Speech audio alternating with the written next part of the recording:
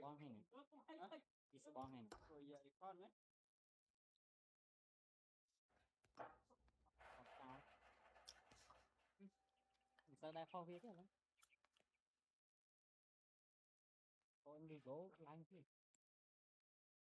mấy đứa lang vài ập mặt cho nó không hai con màu lấy vài bạn là đi luôn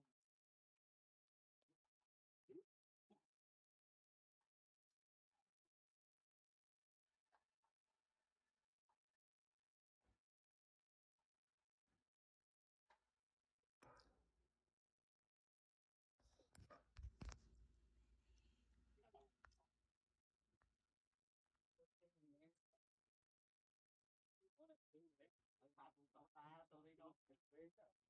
ta đây